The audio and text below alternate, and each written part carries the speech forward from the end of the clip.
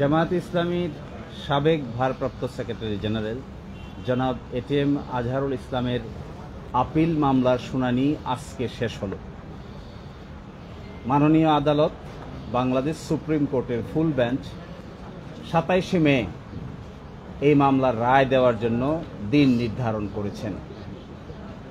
আমরা আমাদের সাবমিশনে যেটা বলেছি যে জনাব এটিএম আজহারুল ইসলাম সহ মাওলানা মতিউর রহমান নিজামী, জনাব কামরুজ্জামান, জনাব আলী হাসান মোহাম্মদ মুজাহিদ, জনাব মীর কাশেম আলী, সালাউদ্দিন কাদের চৌধুরী সকলেই সিন্ডিকেটেড ইনজাস্টিসের শিকার হয়েছেন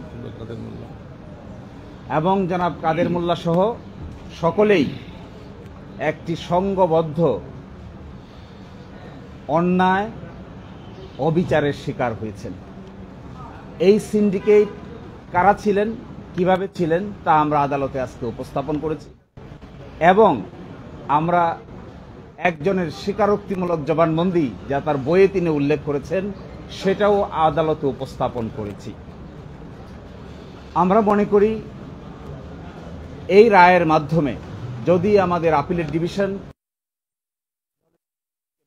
খালাস প্রদান করেন তাহলে জুডিশিয়াল কিলিং এর যে নমুনা এই দেশে প্রতিষ্ঠিত হয়েছিল এই কলঙ্ক থেকে আমাদের বিচার বিভাগ আংশিক হলেও মুক্ত হবেন এবং আমরা এক্সপেক্ট করি আমাদের দেশের সর্বোচ্চ আদালত আপিল বিভাগের পূর্ণাঙ্গ বেঞ্চ জনাব এটিএম আজহারুল ইসলাম সাহেবকে বেকসুর খালাস প্রদান করবেন। আমরা এটাও মনে করি যে নজিরবিহীন নির্যাতন এবং নিপীড়নের মধ্য দিয়ে বাংলাদেশ জামায়াত ইসলামী পার করেছে, এই রায়ের মধ্য দিয়ে সকলের মধ্যেই নতুন করে প্রাণ সঞ্চার হবে এবং এইভাবে বিচার বিভাগীয় কলঙ্কের মাধ্যমে কোনো একটা রাজনৈতিক দলকে অন্যায় অত্যাচার এবং নিপীড়নের শিকার করা যায়, বাংলাদেশ জামায়াত ইসলামী এই দেশে তার একটা ক্লাসিক এক্সাম্পল। কিন্তু যারা এই নির্যাতন নিপীড়ন করেছেন, হত্যা করেছেন, ফাঁসি দিয়েছেন, এনফোর্স ডিসঅ্যাপিয়ার করেছেন, আয়নাগর বানিয়েছেন, শেষ পর্যন্ত তাদের শেষ রক্ষা হয় নাই। এখান থেকে সকলের এই শিক্ষা নেওয়ার বিষয় আছে। সকলকে এখান থেকে শিক্ষা নিতে হবে যে নির্যাতনের রাস্তা, নিপীড়নের রাস্তা শেষ পর্যন্ত ভালো ফল বয়ে আনে না। এবং আমরা এটাও আদালতকে বলেছি যে জনাব এটিএম আজহারুল ইসলাম সাহেবকে, তার বয়স ছিল তখন 18 বছর। 18 বছর একজন বয়সের ইন্টারমিডিয়েটের ছাত্রকে তারা কমান্ডার বানিয়ে সাজা দিয়েছেন, যেখানে ট্রাইব্যুনাল তাকে কমান্ডার হিসেবে উল্লেখ করেন নাই, কিন্তু আপিলের ডিভিশন নিজ উদ্যোগে তাকে কমান্ডার হিসেবে আন্ডার সেকশন 4 সাবসেকশন 2-তে সাজা দিয়েছেন।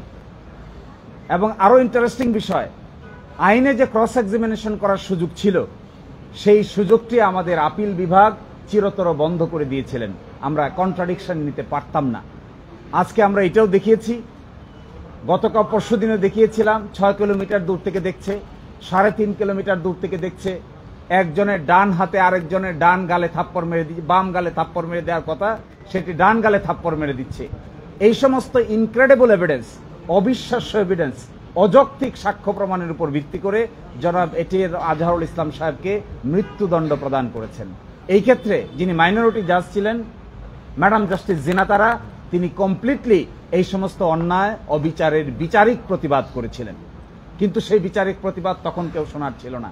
আমরা এটাও বলেছি জনাব এটিএম আজহারুল ইসলাম সাহেবকে আল্লাহ বাঁচিয়ে রেখেছেন, এটি আল্লাহর পরিকল্পনা, এই আল্লাহর পরিকল্পনার ভিত্তিতে তিনি বেঁচে আছেন।